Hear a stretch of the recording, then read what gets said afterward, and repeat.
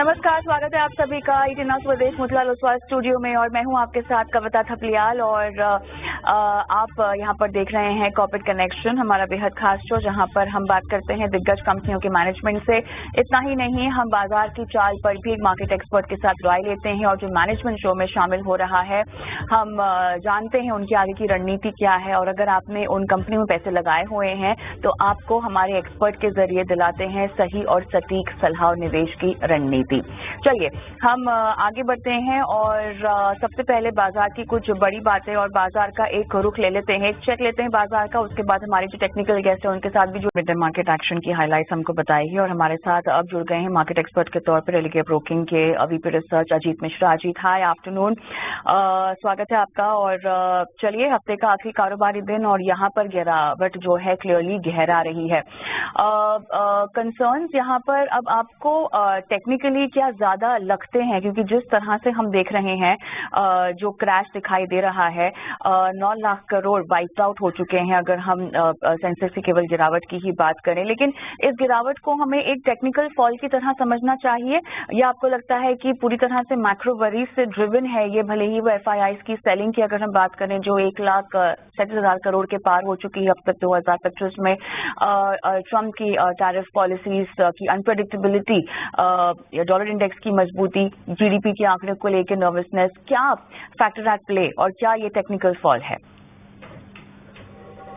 शुक्रिया कविता। तो देखिए कविता, ये एक नॉर्मल सिनेरियो है कि जब भी मार्केट बढ़ता है तो उस टाइम पे हम ज्यादा उतना फोकस नहीं करते फैक्टर्स पे। जब भी गिरने के टाइम पे डेफिनेटली हम सभी को रीजंस आइडेंटिफाई करने का होता है कि क्या हो रहा है जिसकी वजह से ये, और ऑब्वियस है बिकॉज 5वां महीना डिक्लाइन का करीब 6% के कट इस कैलेंडर मंथ में अभी तक जो देख रहे हैं हम, तो ऑनेस्टली मार्केट अपने रीजन खुद ही बना लेता है जब उसको गिरना होता है। तो और अभी उसी तरीके के फैक्टर्स हो रहे हैं। कोई जो मैं देख पा रहा हूँ कि रोटेशनल बेसिस पे सेक्टर का चुनाव किया जाता है और फिर उसमें गिरावट आती है। जैसे कि आईटी आज का जो कल्प्रेट है, जहाँ पे काफी शार्प डिक्लाइन दिख रहा है। अब केवल बैंकिंग बचा है जहाँ पे कि कंपैरेटिवली बेटर परफॉर्मेंस रही है विज़ अदर सेक्टर एनालिसिस और बेंचमार्क इंडेक्स, और थोड़ा बहुत मेटल। तो बाकी अदरवाइज आप सारे ही सेक्टर्स उठा के देख लेंगे तो आपको एक बिल्कुल क्लियर कट पिक्चर मिल जाएगी कि मार्केट में किस तरह की सिचुएशन है।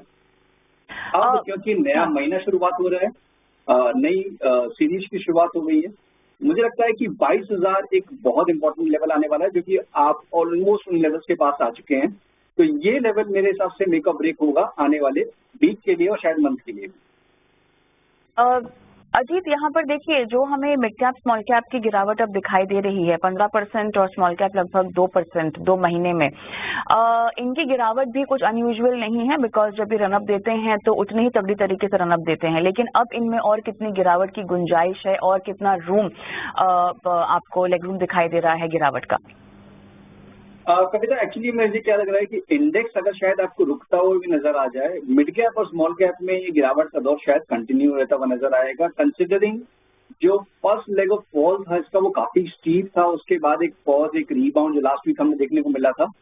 तो इस तरीके के स्ट्रक्चर से आप रिवर्सल्स नहीं बनते हैं, आपको एक ग्रेजुअल डिक्लाइन, कुछ बेस फॉर्मेशन, तब जाके कुछ ऐसे इंडिकेशन होते हैं जो कि अभी तक मिड कैप और स्मॉल कैप में नहीं है। तो I will not be surprise कि यहाँ से अगर आपको 3-4% अगर इंडेक्स करेक्ट करता नजर आ जाए तो शायद 5 से 8% या शायद उससे भी ज्यादा आपको मिड कैप और स्मॉल कैप में कट देखने को मिले। तो मेरे हिसाब से अभी भी ये टाइम नहीं है कि आप यहाँ पे बॉटम फिशिंग करें। खासतौर से मैं ट्रेडर्स के लिए बोल रहा हूँ, या फिर अपनी लॉस मेकिंग पोजीशन को आप एवरेज करने के बारे में सोचें कि अब ये गिर गया, इससे ज्यादा क्या गिरेगा। तो उस तरीके की सिचुएशन अभी नहीं आई है।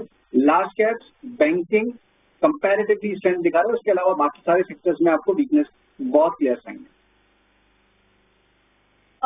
अजीत, अब ये बताइए, थोड़ा सा आईटी को लेके ज्यादा नर्वसनेस है, जिस तरह से हम देख रहे हैं धाराशायी हो रहे हैं तमाम आईटी के दिग्गज काउंटर्स भी। टीसीएस देखिए यहाँ पे 4% टूटता हुआ है और ऑलमोस्ट 1 ईयर्स के अपने लो पर पहुंच गया है। उसी बीच बाजार भी जिनके स्तर पे पहुंचता हुआ हमें दिखाई दे रहा है।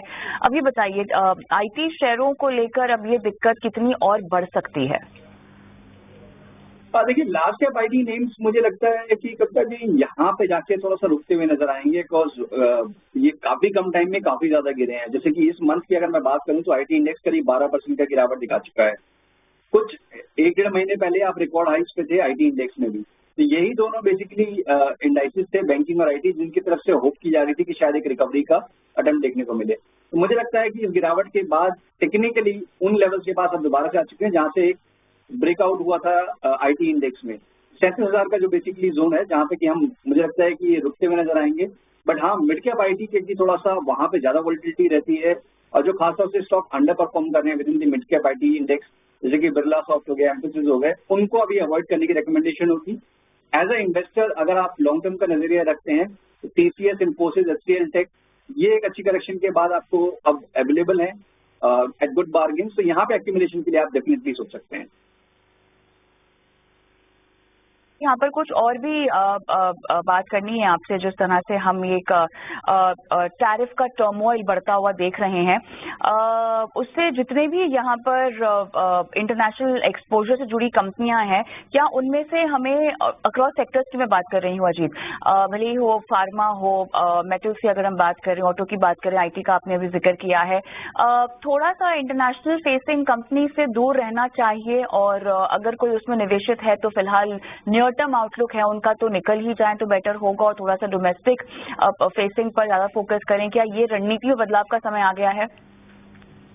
बिल्कुल, देखिए यहाँ पे मार्केट को अनसर्टेनिटी नहीं पसंद। तो जब कभी भी आप देखते हैं कि कभी कुछ कहा जाता है कि अब टैरिफ आएगा, इतना आएगा, अब से लग जाएगा, और फिर कुछ चीजें चेंज हो जाती हैं, तो ये अनसर्टेनिटी की वजह से जब तक कि ये रहेगा तब तक डेफिनेटली जितने भी एक्सपोर्ट फेसिंग सेक्टर्स हैं वहां पे आपको इस तरीके के वोलेटाइल स्विंग देखने को मिलेंगे। तो नियर टर्म में तो डेफिनेटली आपको अवॉइड करना चाहिए कि अगर आपका बिल्कुल शॉर्ट टर्म का नजरिया है और खासतौर से आप सोच रहे हैं कि शायद यहाँ से एक बाइंग अपॉर्चुनिटी बन रही है, वोलेटिलिटी संभालना बहुत मुश्किल होगा फॉर शॉर्ट टर्म ट्रेडर्स। तो बेटर है कि आप इनको अवॉइड करें, जहां पे स्ट्रेंथ है उन्हीं में देखें। ऑलराइट, चलिए, फिलहाल आप जुड़े और इस तरह के बाजार में आपने दर्शकों का मार्गदर्शन किया, अजीत, आपका बहुत बहुत धन्यवाद। Thank you. और हम